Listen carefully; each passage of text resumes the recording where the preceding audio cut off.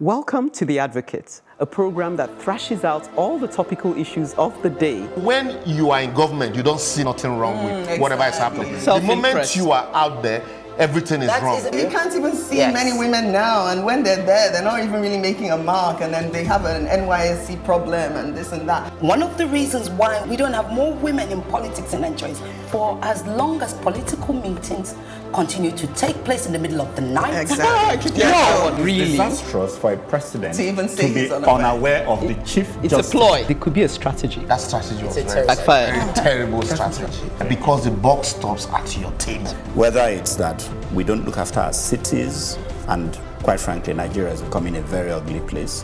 When you are the only one feeding the people with this news, and there is nobody countering them, it becomes, the news. It's that time again when we say, welcome to The Advocate, where we're not adverse to straying into paths of the topical and even controversial. GBENGA is with us again, and he's basically asking, what's wrong with the Nigerian police? Amidst the notorious FBI and Saudi lists, IRETI in boldface style is confronting the ethnicity of crime. CHUKA, whether you agree with him or not, typically presents us with a fresh perspective on things. EKENE takes on the minimum wage and says essentially, this is only just the beginning. I'm beginning by asking, can we not just make Nigeria work for us? We won't keep you waiting. Back in a minute. Mediocrity is merely a pattern of doing things that can be reversed. Make Nigeria work for us. That is my title this week. I woke up on Monday morning feeling great and very optimistic. I even had the audacity to tell my 5-year-old that his happiness was in his control, that all he had to do was resolve to be happy, and happy he would be. Little did I know what was in store for me. That morning, I had some errands to run, such as 2 bank runs and some grocery shopping. So I quickly headed to the bank, hoping to transfer some FX as payment for services rendered. As I had already started the process a week ago, I felt it would be plain sailing, as all that was outstanding was money to cover the charges, which was sorted out over the weekend. I expected to be in the bank 30 minutes max. Wrong. I got there and was asked to fill yet another form, and was then told that my account was restricted and I had to wait for that to be sorted out. I eventually left the bank 1 hour later and my account was still restricted. Off I went to the second bank and was told that I couldn't cash a check with my company ID without my BVN. I queried them, but they insisted and eventually explained that it was because I wasn't using the regularized form of ID. I dashed back to my car and grabbed my driver's license. The cash was finally released. Next up was the supermarket. Having given the money to the cashier, she then looked at me and said, "Madame, I have no change." So I asked her what she wanted me to do. She huffed and puffed whilst I went through my phone. Eventually, she found a rotten 200 naira note and gave that to me. I refused to receive it, and there was more huffing, and then she returned with one in a better condition. I then returned to the first bank and spent another 40 or so minutes before my transaction was completed. Why is everything so difficult to do here? What others take for granted, we suffer for. In a day, that's all I managed to achieve, and was exhausted from all the mental gymnastics I had to go through. It is time we challenge our systems more and insist that they work for us. We must get into the habit of complaining more, and if need be, protesting by withdrawing our patronage. It is time to stand up for ourselves. Rant over. Yeah. Rant away. Rant over. You're allowed. Well, let's hope I will not spend as long as you did in the bank this afternoon when I go this afternoon, because I have to. Brace yourself. Good luck Yes, with I'll that. brace myself. I try to avoid going to banks. Yes, I yes. do as much as I can online. Likewise. I always say to myself, going to the bank is like going to the dentist. You know, Yeah. you can never predict how long it will take. Yeah. So I don't feel very happy. And what pain you come out with. Yeah. Okay. That's true. That's Yeah, true. but I mean, when you're talking about protesting more, I like your bit about telling your son that he just had to purpose to be happy. It was great and that happy morning. he would be. He came in grumpy, and I was like, Sounds like "Oh, a stop sense- being so grumpy. You know, seize the day, be happy." And there Just you make go. up your By mind. the time I came back, I wasn't happy. Yeah. But I witnessed something. I think it was on Sunday evening. We went to one of these, local eateries and just to order some chicken. And someone had come in, and apparently they started telling him that his chicken would take so long. But by the time they had the chicken, which took about 25 minutes, they had already dished out his chips. So he said, "No, actually, you can't have I saw you dish out those chips, and I'm not having those chips." They tried to tell him that, "No, it wasn't that long." He said, "No, I know when you dish them out, and I won't have cold chips, so you have to either get rid of them." So when they were still debating with him, trying to convince him, he said, "I'll cancel my entire order." And because he had quite a lot, they quickly rushed and got him fresh chips. Now, I know that they'll never make that mistake again. They'll wait till the chicken is ready. And, he had to take that protest, as you call it. Yeah. Or they wouldn't have understood that, look, customers are always right. And, he really had to insist and say, "I'm not standing for this." At some point, he went overboard and said, "How long are you frying the chicken for? It shouldn't take more than 5 minutes. I worked in McDonald's, the usual." And at that point, everybody was like, "Yeah, we know you worked in McDonald's." But this is, I pick up on something you said, and you're presuming that they will learn from that and not do it again. I bet Yes, you they, because they lost out. No, I bet you they won't. Uche wouldn't have been the first person that's complained to this bank.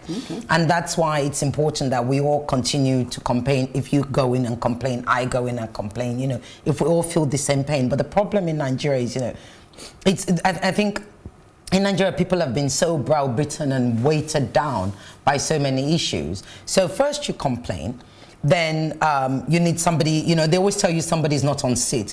To which my next question is, where are they? On the roof? Go bring them down. Because I don't care. So you've got to complain, and people have to realize that complaining is actually an effort in itself. You've got to put an effort in to get. I think we've talked about this before. I think it was Richard Branson that said in an interview that told he was talking to some businessman, and he said the amount of complaints that Nigerians have with international airlines, etc., if they actually bother to put it in writing, he may have gone out of business. But because we don't bother to put it in writing, and I understand why. But if I switch it back around, I've complained in Nigeria, and I have to give them a call out because they did such a fantastic job. Marco Polo. Years and years ago, I was going to treat my team when I was still in corporate, treat my team. I ordered the food, and I knew I was ordering because I had like 40 members of staff. We're celebrating, we're done. Marco Polo is a restaurant. A restaurant, yeah, it's a Chinese restaurant. So we're done our target, I think, for like 3 months consecutively. Anyway, we ordered early, so it would come for lunch. Everybody picked their thing. It was a lot of money, but it was worth it. The food didn't come, and it didn't come, and it didn't come, and it didn't come. And when it came, this was missing, that was missing. I said, my staff, it's okay, let them bring it. We ate it. I said, I'm not paying for that until I speak to the owner. Not the manager, the owner. Because that kind of money can't be missing in the tail. And nobody would not ask any questions. So I insisted, and honestly, his name is Olumide. I was so impressed. He literally called me, asked to meet, and I explained to him, the reason I refused to pay is because of this. We ordered at 9 a.m. We wanted it delivered for 2. It was going to be our Friday, as you do, Happy Friday thing, TGIF, and we didn't get it till late in the day, etc., etc. He was so impressed. In fact, the first thing he said to me is, "Madam, thank you for caring about my business." Excellent. Many people wouldn't have taken it that far. And that's what we have to remember about complaining. If somebody cares about my business, that's when they complain. If they don't care about my business, they'll just take it and vote with their feet, vote with their money, even disturb your life with their mouth, but not bother to let you know about it. They'll tell others. So I think you're right. And they won't come back. And they won't come back, and that's it. You've lost you've lost a business. I think what I picked there, how do you challenge your system? Yeah, well, I've suggested how make them work can. for us. I think system is not to be challenged. Going back to history, people who had actually changed things in the society, talking about national transformation, they don't really attack the existing system. They design or create a parallel system. You mean to augment it? Or design a new one? Design alternative that will make the existing system irrelevant. Do you understand? Yeah. Most of the time, that's how it works. But you see how Okadas came in to replace you know. For example, there was a time in Lagos, there are Molue. What happened? Nobody fought Molue. He just brought in... No, they were phased out. They were phased out because They they were forcibly removed. See, Yes. that's what I'm saying. Government did not attack them directly. I'm saying government didn't forcefully remove Thank you. You know, a new system was designed, executed, that pushed them out automatically. But that takes a lot more. We're talking about the average citizen now. Yes. How many people can afford to set up? I just use that as an example. Service and so, all that. what I'm saying is places don't make people. It is people that make places. So the people, who are the people designing the system? Who are the people running the system? Do you understand? So in Nigeria, impunity beyond corruption. So you are shouting corruption, corruption, corruption. The question is, okay, when that person is corrupt. So for example, in this bank now, let's use corruption. That person messed up. What happened to that person?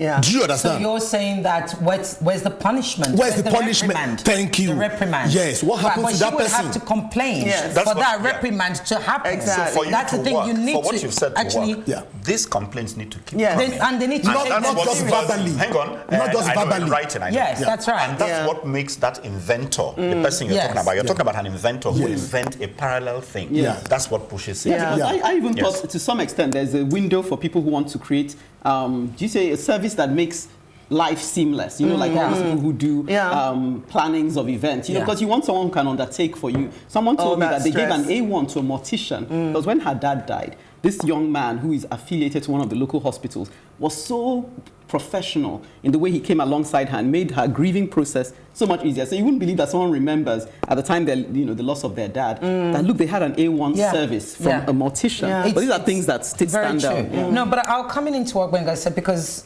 again, in my previous life, before we got onto this, I designed processes, systems, I implemented them and implemented big projects, and I implemented change. And one of the critical things, I guess what you're saying is that when you see something that is broken, everything has to be aligned. So Uche puts a complaint in writing. CHUKA does it, and the more people do it, eventually, because it starts to affect the bottom line, and believe you me, even banks, it affects their bottom line. The less of us going, the more likely they're going to be made redundant, right? And reduce head count, etc., etc. So there needs to be many complaints. Those complaints needs to be implemented. Somebody up the top needs to clear and say, right, you know what? We need to overhaul this system. How then do we do that? Which I think is what you're trying to say. And by overhauling that system is when we say, okay, what's good, what's right, what do we need to change? Actually share. All right. Okay. Since it is us, the shoe is pinching. The onus is surely on us to complain. Gbenga raises a complaint about what seems to be a specific national menace after the break.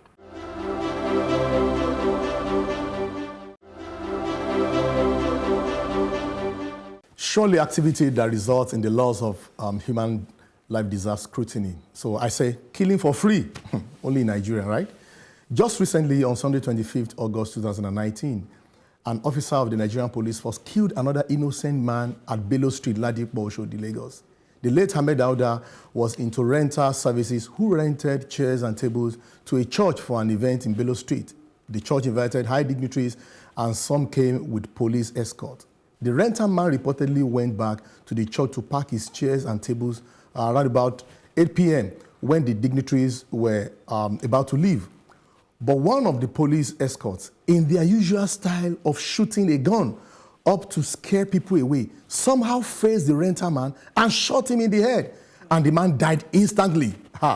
Let's not forget so soon how two members of the SARS police force killed two suspected young men about 2 weeks ago, and many others that nobody sees to record on their phones or their gadgets occasions when these supposedly security agents carry out their incessant and extrajudicial killings without a fair trial for the accused or the arrested suspects. So I started asking questions. One, what is the quality of Nigerians being recruited into the police? Two, could it be their name and symbol that is affecting their manifestations? Nigerian Police Force with an elephant as their symbol representing stampede and marching like marching on the grass, compared to places like South African Police Services, New York Police Department, and etc. And the last question that came to my mind is that could their behaviors be as a result of their training environment and the kind of training given to them? Seriously, do we run away once we see the men in black? Dear EFCC, police and other security agencies borrow a cue from FBI. They didn't go to the streets of America to start shooting at the young boys or harassing innocent citizens when they wanted to raid the internet fraudsters. They simply gathered enough intel, that is evidences, then went straight to make arrests without much stress. That is how security agents should be working. Stop disgracing Nigeria. And dear Nigerians, please stop arguing with armed security agents. No, I was just going to say that, you know, the environment in which they are trained, as you said, Absolutely. is a problem. Don't forget when Goodluck Jonathan went to visit the police college in Ikeja. Yes, in Ikeja. And it was a terrible Disgusting thing. mess. And he was behaving But like... it was an undercover report that led to him going there. It was the undercover report. Oh, yes, sorry, there was an undercover report, yes. exactly, which came out first. Yes. So he went there, thank you. So it wasn't that he discovered No, it. he Yeah, that's didn't. it. Thanks for reminding me. I mean, how do you come out of that sort of place and behave well? Yeah. Look, even your secondary schools, forget police college, even your secondary schools. Yeah. I mean, go there, go to the dormitories, go to the toilets, you know. Even university. Do you want to go to university? So what are we really saying? Yeah. It's an entire system. And it's sad that those who are going to hold guns, because a student who's studying economics is not going to hold a gun, thank God, after going through all that he has gone through in university, sleeping on the corridors and all that. But if you're going to give someone a gun after he's done all that, then there's a problem. We really must address training, because I've noticed that the way we train people here, we're trained towards a certain kind of way. Let me give you an example. A pharmacist friend of mine who trained in India, when she came back to Nigeria, she had to do a retraining and all manner of things. Why? Because her training was more geared to giving people, you know, medical solutions, but only if they needed it. When she came back to Nigeria, she was told that the way she was going about it was wrong, that she must always sell something to somebody, regardless of whether they need it or not.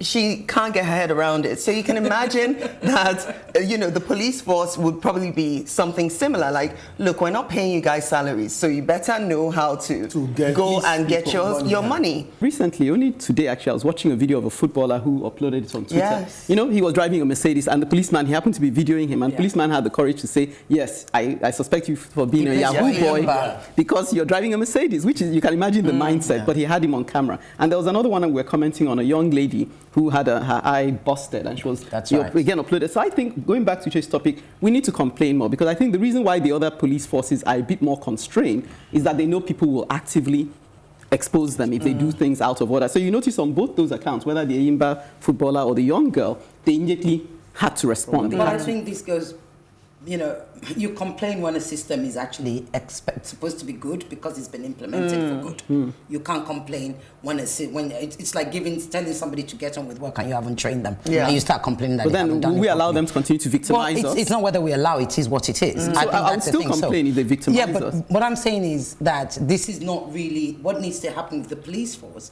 They have more than enough complaints, I think even more so now with social media. So I don't think that's making a great deal of difference, although they're taking a bit more notice.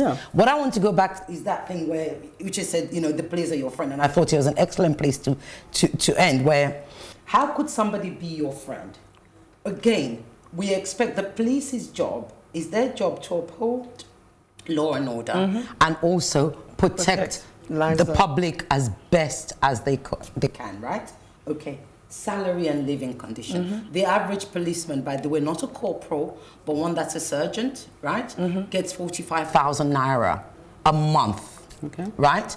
Out of that, his housing allowance will be deducted. Oh, really? Okay, they don't get free if they're living within... His housing allowance will be deducted. Out of that, his medical allowance, yada, yada, yada. He's left with what, 20-odd thousand maybe? He's still got to pay school fees, by the way. Okay, why did I think the children got free school? No, well, they can send their children.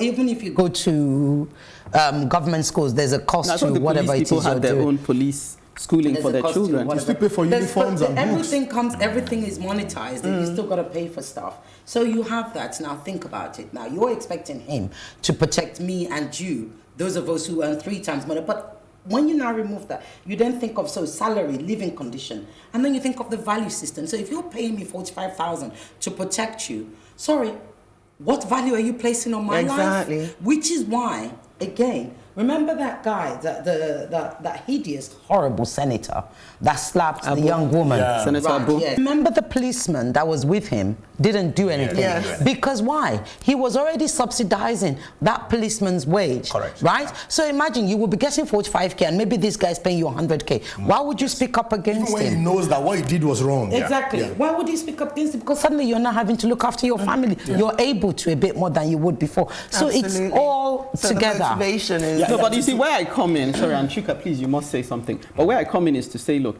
I still don't see that we can allow, I agree with you, but where I don't agree with you is to say, oh, because you're saying, for example, because you're being paid a certain amount and you're living off a certain amount, that entitles you to victimize. The people they victimize I didn't. No. Oh, that gives you the kind of justification? Give me another expression then. You can't dehumanize somebody and then expect them to protect you. Yeah, but I still feel that. It's that whether you feel it or not. No, it's not even about feeling now. I'm just saying that if is dehumanized, they will not protect you. But so until the government, because we are not going to be able to raise their salaries by ourselves, until the government does something, we need to accept them victimizing the average person. That is absolutely not the case. So we need to still complain, and they still need to know that they can't behave in a particular way. I'm not saying don't complain. What I'm saying is, and CHUKA, I'm so sorry about this, you need to come. Well, I'm not saying don't complain. What I'm saying to you is, first of all, we need to appreciate that we are expecting law enforcement officers who are human beings, who have been dehumanized, who have been devalued, who are then given a gun. Okay. So what's the way forward? That's really where I'm coming in. Okay, the way forward is one part of what Lagos State have done.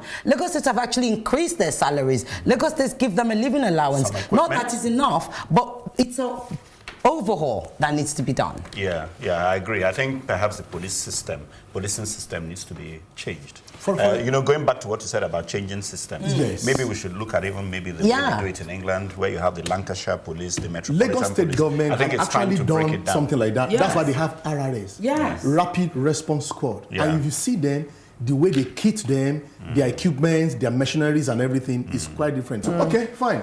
Call it constructive criticism. Bottom line, we all win if our security forces up their game. After the break, IRETI does some vital enlightenment, the straight one, in an area in which we may be blinded by bias.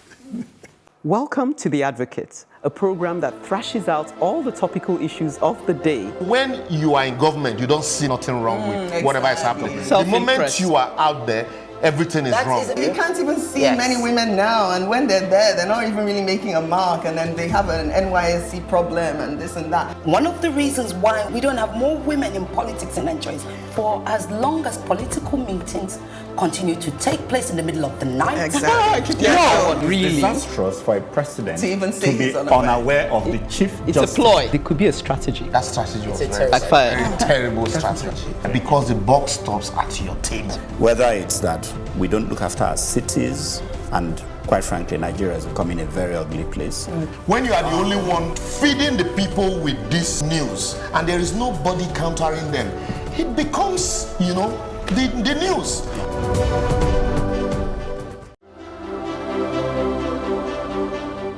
You're watching The Advocate on Plus TV Africa. You've been talking about it, so let's focus on it. I'm talking about the ethnicity of crime. When the FBI released their list of Nigerian corporate fraud suspects, when our government followed it by releasing the names of Nigerian drug traffickers who were sentenced to death in Saudi Arabia, the first thing on my mind wasn't the ethnic makeup of the criminals, but a gasp of shock and despair. However, going through the two lists, it quickly became apparent that I was clearly in the minority for not noticing the ethnic configuration. On social media and other discussion platforms, the overriding tone of the debates were about ethnicity. All the fraudsters are Igbos, all the drug dealers are Yorubas, and all the Hausas are... Don't ask me. Anyway, sadly, in our moment of collective despondency and shame, at a time when our attention should be fully arrested by solutions and way forward, we just couldn't get past that old chestnut ethnicity. Of course, we can't deny the lists are more skewed in ethnicity, but I think the more pertinent question is why? So here it is. Fact is, crime groups tend to be ethnic-centric. For instance, how many non-Mexicans are in the El Chapo crime ring? How many non-Italians are members of the Italian mafia? More pointedly, from Sicily. Human beings tend to flock together in packs and in communities of familiarity and trust. So it's not unusual for blacks to have more black friends, whites to have more white friends, Chinese to have more Chinese friends. Life, in all its meanderings and negotiations, relies on trust and familiarity. This is how structures and norms of power perpetuates itself and acquires its relevance and legitimacy. So having a crime community divided according to ethnic lines is not a uniquely Nigerian phenomenon. It's simply a case of humor amongst thieves, where in-group grooming and induction can and does take place. As the Italians would say, la cosa nostra. Now, there's no doubt that the last 2 weeks have been one of absolute humiliation and embarrassment for Nigeria on the world stage. Invictus Obi, 80 Nigerians on the FBI's most wanted list, Samson Siasia, the convicted drug traffickers in Saudi Arabia, to name a few, all drawing attention to us in a way that we don't want. This fraud epidemic is to Nigeria what mass shootings are to America. Fraudsters and drug smugglers, like American mass shooters, are products of a society gone awry. Each country must find a solution to her problem. So over the decades, our society has continued to endure the desecration of the common values and cultures of decency and integrity that held us together, not only as a nation, but also as one people. That erosion and degradation is evident in all that we do now, all that we have become, and all that we have lost. So which way forward? Well, it's first incumbent on governments to find the solution, then to the rest of us to own that solution. I believe together we can claim back the Nigeria from the minority so we, the majority, can witness the Nigeria of our dreams. I still say it, God bless Nigeria. God bless Nigeria. God bless Nigeria. No, Go on, Pastor Chuka, you're thinking. I'm looking at Chuka to see if he'll say anything. No, Chuka says it's not a hallelujah, God bless. Yeah, No, but you can say amen. Chuka, we've prayed, so say amen. I know where Chuka is coming. No, we've prayed, so you have to say amen. We have not prayed here. This topic, Chuka earlier this week on Facebook, I think he asked a question, which was, is Nigeria workable, or can it be workable? And I kind of just look at it like, you're now trying to drum up this to Chuka, this sort of fake optimism. I know it's not fake from you, but I'm just saying in his mind, he's probably thinking fake optimism. Chuka, speak now. Yeah. No, I want him to come in before. I don't want us to lose. You're happy with my interpretation. I'm happy she's brought it up. Yeah. I just don't know where to start. Let's talk about the ethnicity of crime, because that's what really, for me, that's what it's about. Somebody, first I think it's idiots that just go on about, oh, it's Igbo this or Yoruba that. Because the moment you're saying, see these Igbo people, they've started again, it's exactly the same time I can say, the Yorubas too are doing theirs. So somebody was saying, I told somebody, I said, look, and then they say we should stop talking about the ethnic whatever. And I said, no. And I've said it on this program before. We cannot stop. If the 80 people are Igbos and they're in America and you want to find out the solution to that problem, go to the Igbo community to find out what's going on and why. You're so wrong. No, hang on, let me finish. And as I said on a Facebook post, why is it that the Saudi Arabian thing are all Yorubas? Because Yorubas are Muslims. Not all Yorubas, what I mean, they've got Muslims in their midst, yes, right? That's what you mean. And so they would go to Saudi Arabia. And so whenever you have a bad person that's Yoruba, that's Muslim, and is looking for a crime to commit to make money, he's going to know that if I go to Mecca with drugs, I will get something. He will do it. Or you die. So, or you die in the process. And you're more likely to die than make money. Yeah, they'll take the risk. They'll take the risk. Yeah. So, quite frankly, if you want to solve drug problems from Saudi Arabia, you don't go to Enugu to look for people. You won't find them there. Admit that they are Yorubas and go and look for them where they should be found. The terrorists who are doing the cattle thing, the Fulanis and the foreigners, foreign Fulanis, because there's so much to it. You don't go looking for the answer in Benin. But let me come in a bit. Multifaceted. Yeah, go ahead. I mean, I want to agree with the fact that, first of all, I agree with CHUKA, then I agree with IRETI. I agree with CHUKA in the sense that she and I have pointed out that you have to call a spade a spade. And for the benefit, and I agree with that. But there's a reason to that. You're not calling it a spade because part of why I agree with you as well is that most times the kind of discussions we see on social media is, oh, it's not my people. Yeah. And then, or if you then say it's Igbo, they become defensive. So rather than looking for a solution or trying to understand why a certain thing is happening in a certain way, you go into a defense mode. Well, we're not as bad as one girl said something crazy on Facebook about dating Igbo boys. I'm like, how crazy, rather than Yoruba demons. I'm like, give us a break. How productive. And some people actually believe those kind even of that things. demons thing. It's a joke. They believe those kind of things. But I think it just stops us from thinking productively. Yeah. But I like how you then drew the connection to, of course, mafia from Sicily. That's even Chinese have their own crime gangs. The triads. That's what I was thinking about. So it's so commonplace. It's familiarity. Honor among peace, like you said. Yes. Crime is colorless. It doesn't have tribe. I agree. Only criminals do. Yes. Do you understand? So you can say this criminal is from here. But that particular crime does not have location. It happens anywhere. Yeah. But you say, I think you say, I'm an American. You don't say, I'm a Marylander. So in Nigeria, the reverse is the case. You are first an Ekiti man before you say you are a Yoruba man, before you now say you are a Nigerian. Well, you see, that's where the madness comes. That's what I'm saying. That's why we need to change all that. Thank you. So you don't see yourself. You don't see yourself as a Nigerian first. Well, I do. Before you out of how many people? No. So you don't see yourself as a Nigerian first before you say, okay, I'm from Benin. So if you just say I'm a nation, you even that locality, you first identify with that before you come, okay, I'm from the Southwest. Then I said, do we really need these 6 geopolitical zones? Can't we change it to geo-economic zones? Okay. Because it's actually dividing us the South people, the Southwest people. But if we had more to pull us together, the minute like we score touchdowns, people will remember that they're Nigerians. And that's what I was going to say. Their victories will come under the Nigerian identity more. Because it's a good news. Yes. Because it's a good news. The way to unite people is around positive things. Yeah. I have a response for GBENGA, but I want Uche to come in first. No, I mean, I was just, as we're talking, I was just thinking of what is the solution. And, and because we can go on and on, we all know why we all feel this way. Again, it's because there is no oneness, I think IRETI definitely, getting to know you and everything. You've actually taught me, because I remember when I saw that list, I did notice there were Igbos, but I didn't want to talk about it because I thought, oh gosh, this is just taking away from really what it is, and it's just reinforcing in other people's minds what they want to believe and all of that.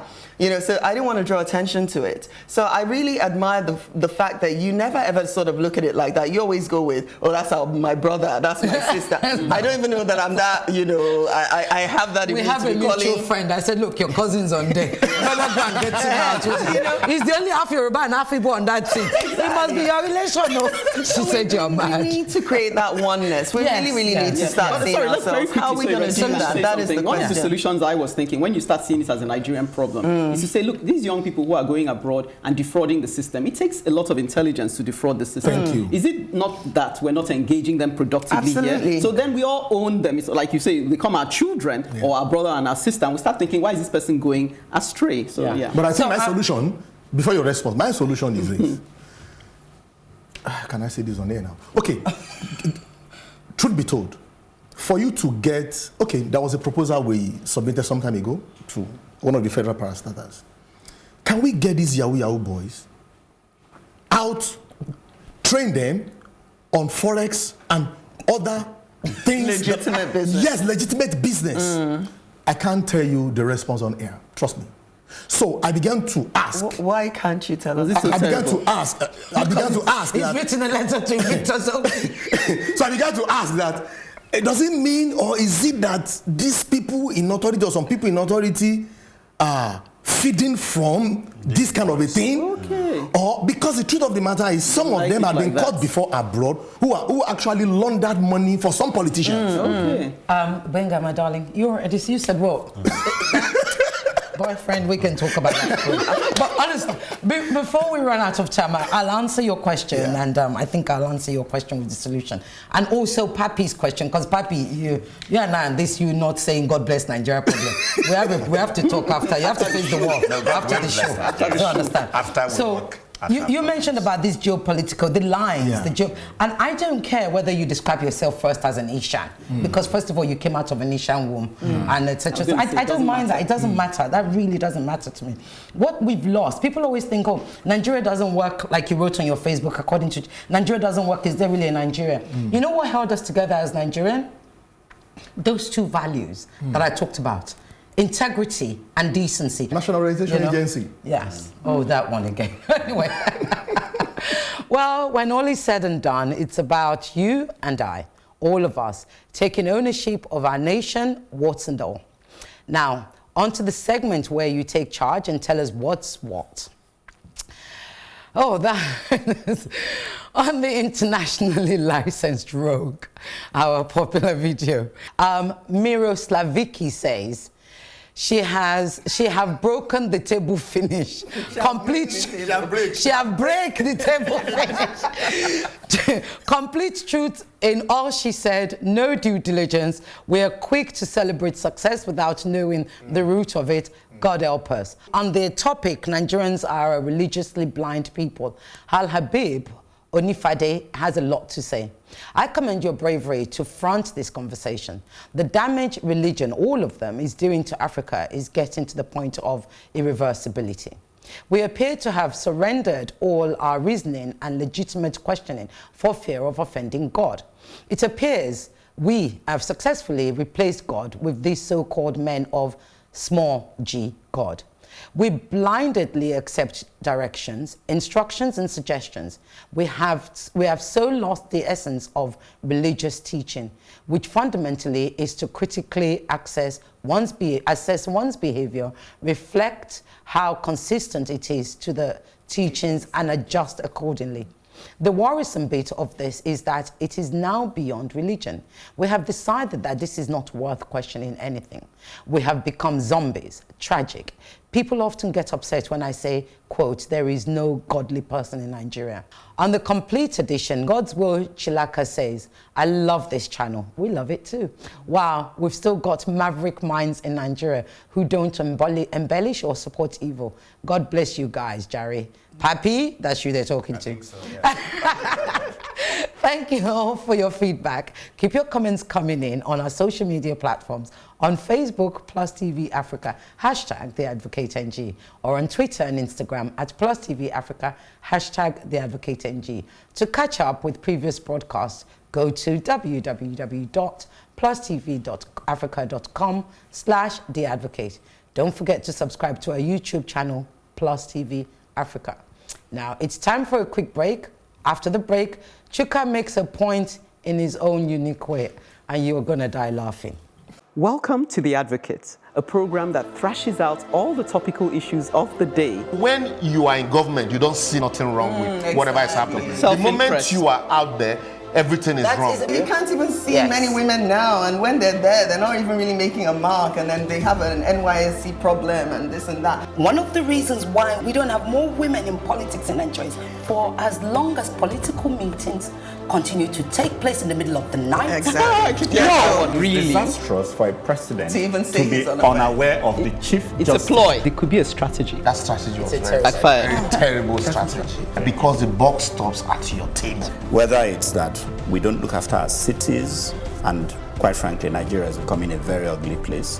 When you are the only one feeding the people with this news, and there is nobody countering them, it becomes, the news.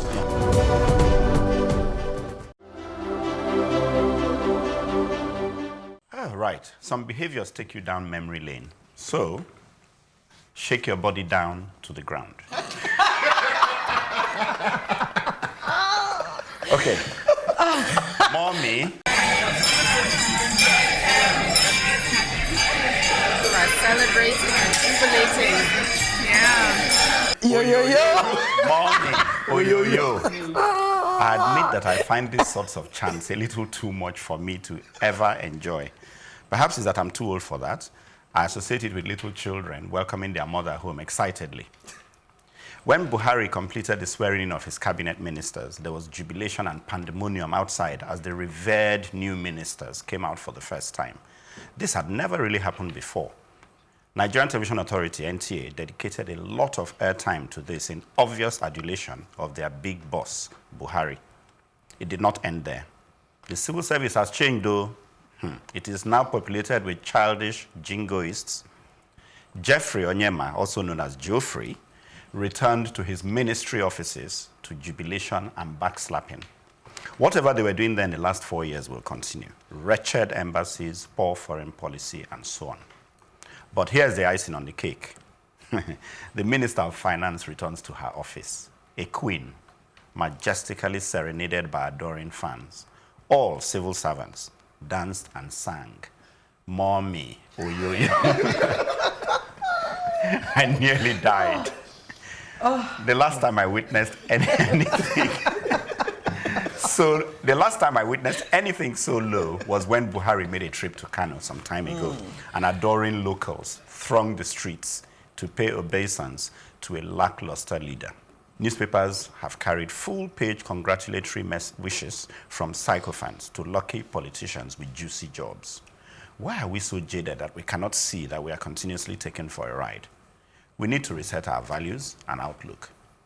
Raise our expectations of those we vote into office. We have a peculiar list of cabinet ministers, with some the very antithesis of anti-corruption. Rich ex-state governors are buying these positions, and Nigeria is the worst for it. I may be stating the obvious, but please, and I appeal, let's work these 4 years for a better crop of elected people next time. It will mean more people presenting themselves for election, more people sensitizing others about our desperate situation, more people spending money to raise awareness, and more charitable donations. Greater discipline in our homes and places of work. Then we can boogie and groove as we want in nightclubs. And shout, Papi, and shout, yo. I nearly died. I never saw that the Minister video, of but I'm Finance. for it now. Have you not seen it? It's Oh my God! They didn't They just actually sang sing. Oyoyo. They didn't just sing. They were it was dancing. a trail. It was a trail. It was like one of those processions. Yeah. She was it was a virtually procession. mobbed. It was a procession. She was going into the office. Yeah. They met her by the car. And she will actually believe that they value her. So what because are we of that. supposed to take from that? That she's generous with the No, coffers, or what's going on? Why are they She's probably generous. jubilating? She's probably No, generous. no. probably. What it is, it's not just even generosity. It's that Amongst her she staff. looks away from certain things. And that's generosity. That's generosity. Look, yes. Yeah, well, yeah, actually, it you're is. right. I didn't want to know this like for a call it. fact, so No, when- that's what I we said. can What take is from it? that Tell us. Is it? because Yeah. let's go back, and it's good. It's funny, Papi, you come up with something. Look, for all the crimes that whatever that whole NYSC crime that Kemi Adeosun committed, when Kemi went into that office, she was put through hell, Yeah, I'm sure. simply because she was actually not going to do that kind of nonsense. they were of protesting generosity. to remove her, remember? Yes, she did. She closed a lot of the loopholes, got rid of gazillions of ghost workers. I mean, shall I say, anecdotes are actually, she was actually taking a file they took a file to her and said, look, ma, those are all the other names. How many names do you want to add? To which she said, I beg your pardon. Name, what names? So she wasn't going to play their game. So you can imagine, she was not going to get mommy, yo. It's going to be mommy, go, out, go. Oh, Do you understand? That's what she got. That's what's happened now. It becomes even more absurd that this woman is being celebrated because, again, let's ask the question. What has she After Kemi, what has this woman done? Exactly. Kemi was shaking, forget shaking tables. She was shaking up everywhere. And she did save a lot of money. I'm not saying she was the best, but she was very functional. She was effective, and we felt her presence. Okay. This woman here, what is she doing that she's supposed to be coming back? She's only been there 5 minutes, and we're yo-yo-yoing Exactly. her. How? How? I like the fact that you can give some, you can vouch for Kemi Adeosun. Well, we saw it. It was in the paper. I remember after she left, I kept saying to people, sorry, who's the new finance minister? I still don't We don't know. feel her. You know, we still don't know her name. I was reading all that and I was like, Kemi's who is presence was felt not only locally, internationally. Internationally. And because she was respected. Even the ball players internationally feeding on us felt her game-changing. That's the truth. Yes. I've never worked close to her, but the truth is everything we were monitoring on our economic policies, both locally and internationally, things were changing. Yes. We could see the light coming. But since this mommy Oyoyo had come in, we started asking questions. Who is the minister? And I think if we are not careful, Daddy Oyoyo may be sang very soon. Oh, yes. It's already been sang. What are you on about? For the daddy who came back as a minister of petroleum. It's better. Yes. Okay. Do you understand? Our daddy who came back as minister of petroleum. Okay. Because I find it difficult I can't place it how a Kachuku, a global respected technocrat will be replaced with Timmy Priest. Yes, who I won't be able to speak of on air. So how do we become a productive and profitable nation by suspending or sacking, not even suspending, sacking a technocrat and replace him with a politician who these guys went to school, they claim they have degrees, they claim they have all that, but their career is politics. Well, it's what you call a political servant. Yeah, because I don't understand. Yeah, Benga, I mean, I like the fact you're boldly saying this because I'm just even thinking about what you're saying. You know, there's an article IRETI posted on, that we read and talking about how Nigeria hasn't really changed since. We know that the world over, there's always politics and underhand, maneuverings all over the world, so we're not unique. But the point is, at least in most of those countries, they know enough to say, even if we're doing scheming, let's at least have a workable majority. So you have maybe 80% it's in percentage and 20% is scheming. But in our own, it's like 90%. Yes. Somebody I know who just came in, to just talk about medical reform, and he's a medical guy, he's a professional. His complaint was that when you go to these politicians, and I'm sorry I have to group them together and say, look, we want to bring in reform, we want to bring in policies that will help the people. They're not interested in that. And he had to summarize and say, these people are focused on coming back into power. A lot of their energies are about just recycling themselves. So they're not actually engaged with all these your ideas. They're just looking for how it will suit them. And it trickles down. I want to also agree with CHUKA that we are to blame. If we are sycophants and we're going around hailing them, I was at an airport and someone landed with a private jet, one of our governors. See how people flock to the window to hail them. I'm like, this person is flying around on your money and you're so tripped by calling him His Excellency. Excellent for what? That won't pay you. They come to your church and you give them special seats. They come to your mosque and you give them special titles. I feel your only reason for hailing them. Actually, in mosque you can't. In mosque you can't. Some. Not all. Some. No, I've seen some. That's when you're doing events, dedication. In mosques, it doesn't matter who you are. Even Buhari, everybody goes in. You join them. You go in line. You bury your head. We need to get rid of this cycle. But it's not even that. I don't want to take it. It's not like Christianity is better. No. I'm just saying that the only reason we behave like that is when we're thinking of ourselves above our nation. And that's the thing. But when you talk about, it's so sad. It's so sad. That quantity, that article you were talking about, Tim Newman, I think he wrote and it and he was here. He was working it. You remember that article? He wrote it in 2013 or 2015 or something, and it's still. That's why I reposted it. It's still exactly the same maybe way. Worse. And that's a white man who said, look, this same thing happens in Russia. This same thing's happening in the UK, whatever.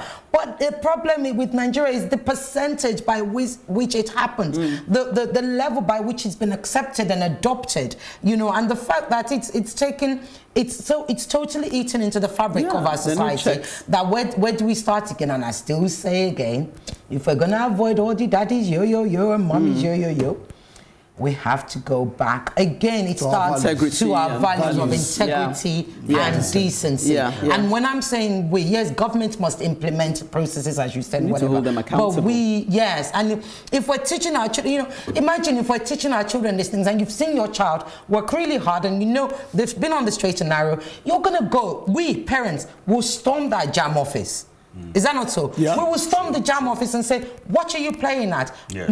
And you don't want to get parents annoyed in Nigeria. Come on. Especially mothers. Because when we've had enough, we're worse. Cash. Exactly. So, if we can't start doing that. I mean, somebody did put Slow up process. a website when President Buhari came in the first time, Buhari-meter. I don't know if how many. And I was impressed because he was thinking ahead and saying, how can we chart his promises against his delivery? Right. How can people go to this site and see? I don't know if he's become tired. I don't know where. One down. But we need to rejuvenate more sites like that so that people can go, because I like the way social media is making people more conscious of their behavior. Let's have sites like that so that people can go there and read where are your promises. And when you're doing Oyoyo, we say no, we'll be broadcasting. But all these things are already there. There are already memes of like what they promised and what they have not delivered. So I'm not really sure. I think you really need a government that really is sensitive to what people are saying. No, because but they are made to be sensitive. No, many governments get to a point where they're not interested in anything you're saying. Uche, I think rather we need a society, we need people, we need you and I who will rather be sensitive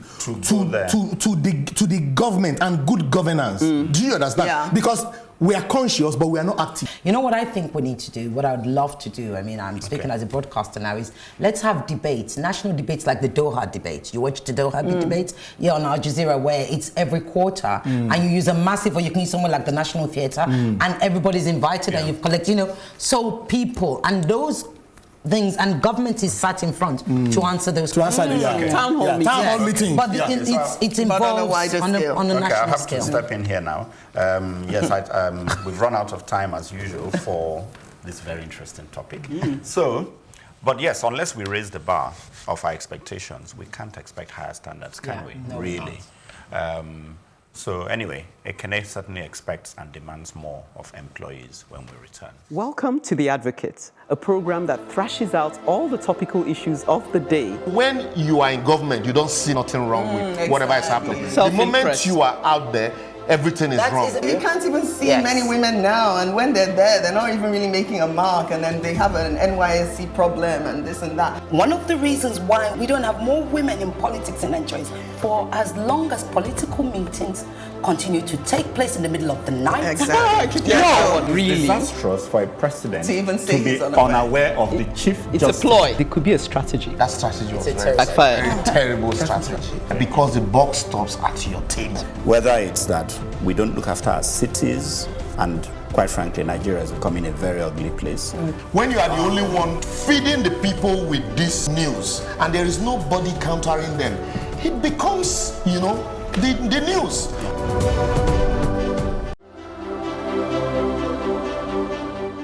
What's right is right. No point acting as though we have an alternative. Today I'll be talking about minimum wage is just that, the bare minimum. Most of us were witnesses to the long drawn-out debate over minimum wage that had to do with raising the earnings of the worker from 18,000 to 30,000.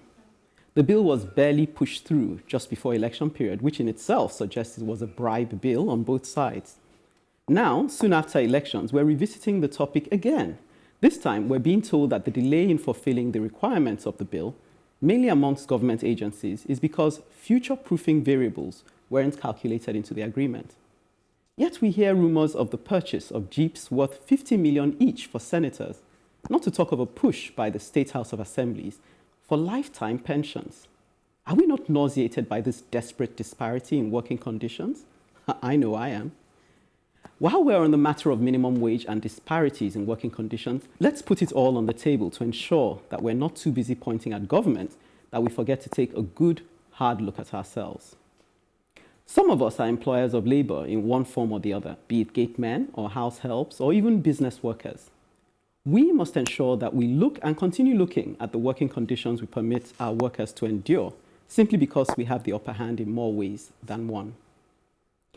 Some may argue that half bread is better than none. In other words, paying someone 15,000 or even 20,000 is surely better than leaving them unemployed.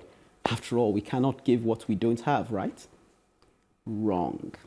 We better find that which we must give in order to ensure that we're not subjecting our fellow human beings to conditions that we would immediately exclaim, "Not my portion," if it were offered to us.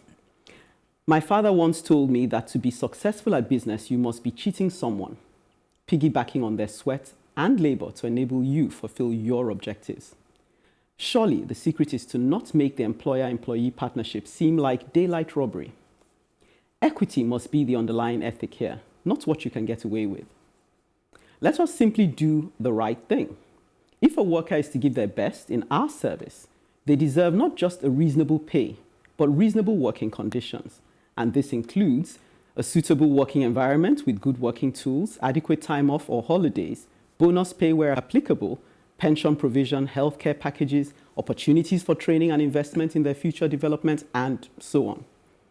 Let us take an interest in our workers as people, or else we are sustaining an imbalance that is at the root of much of the inequity in our society, and that robbery will eventually catch up with us. Take it from me. I kind of think, you are living in a utopian in society. a parallel universe. Or something. Say that. Because, well, I thought we said we're raising the bar. Why do you I always agree dumb with it you. down? No. I love everything you're saying. lift up your expectations. No, I know, but Nigeria makes you, don't makes let you Nigeria take get these into your things. blood too No, much. how can you not? Look, for instance, I'm sure. Well, I would like to believe that most employers would want to provide all those benefits that You don't have to listed all there. of them. Even some. But look at it now. An employer has to basically be their economy, as in they provide for their own mini economy. So they're providing lights, things that they wouldn't normally have to deal with. So there's so many things that, so many pressures placed already on an employer that even if they want to pay those things, they're unlikely to be able to do it. And because of the erratic nature of the way Nigeria is, you can't even really plan properly to make sure that even if you pay this year, come next year, you can be consistent in doing so. So as much as I love this idea of wanting to pay, I think what we really need to look at, even if you can't pay the minimum wage, try and, compensate it with something else, like maybe better working conditions. Always try to, like, for instance, I will not say that I pay the highest when it comes to nannying services or anything, but I make sure that my nanny is well taken care of. I make sure she has everything she can possibly need. And you pay the best you can afford. And I pay the best I can possibly. So, it's up to her to then weigh that up and decide whether, Actually, you're saying that was the spirit of what I was writing. Let equity be the, not what you can get away with. Yeah, not what you can get away with. Okay. Yes. Right. Exploitation. I thought, you were getting ready. I just 18,000 naira is just $50. It is, yeah. But how many? Yes, but apples for apples. Okay, we're not going to talk in dollars. Yeah. Because it won't. It would not make sense. Not earning in dollars. Yes, we don't spend in dollars. No, I'm just thinking of other colleagues around the world.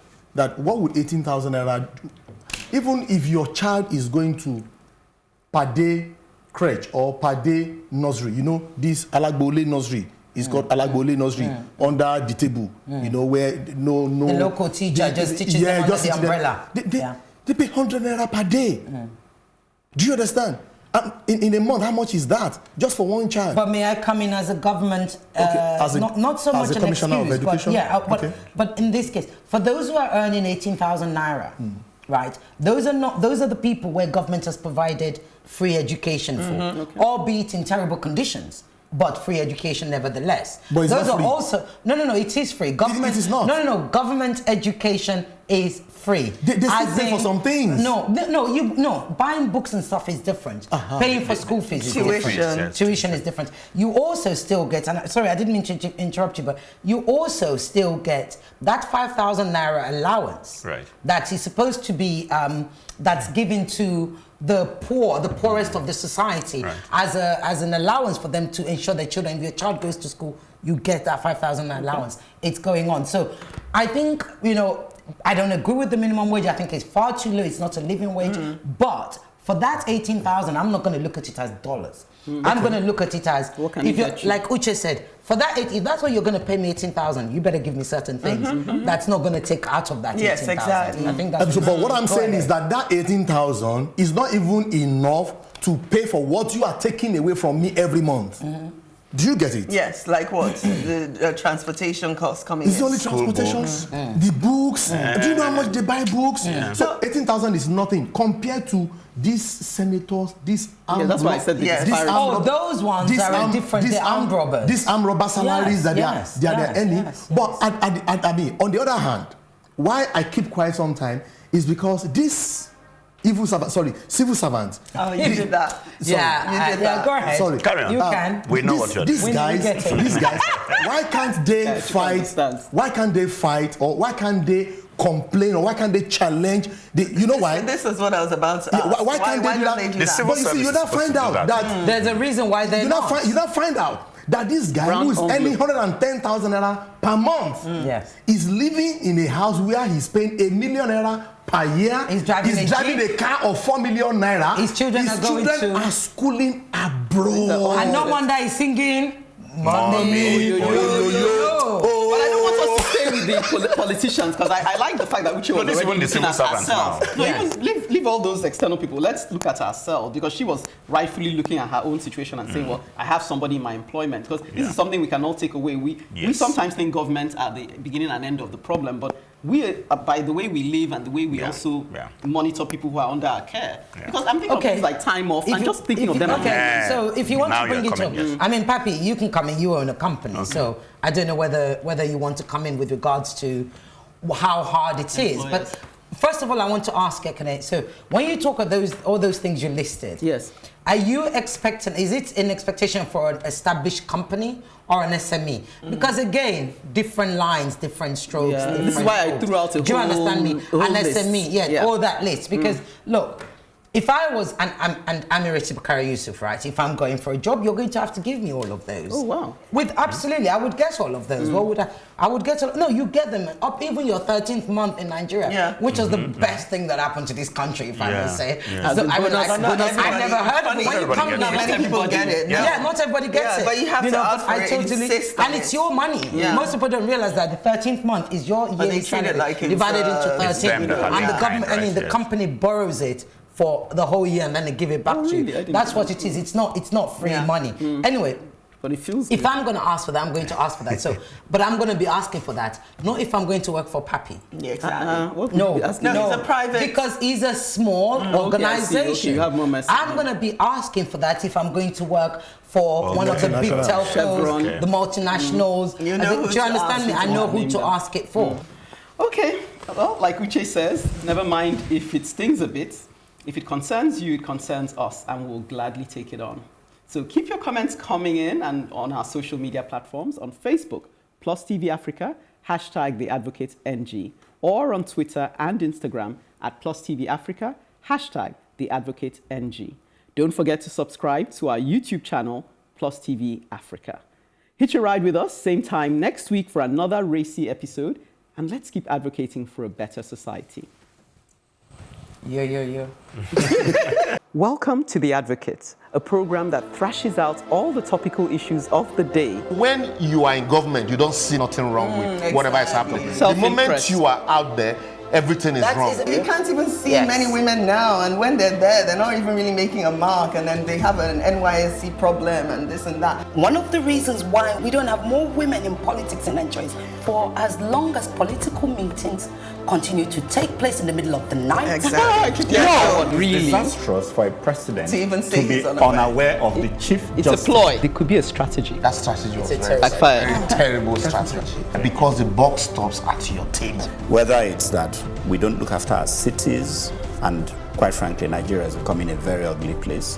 When you are the only one feeding the people with this news, and there is nobody countering them, it becomes, the news.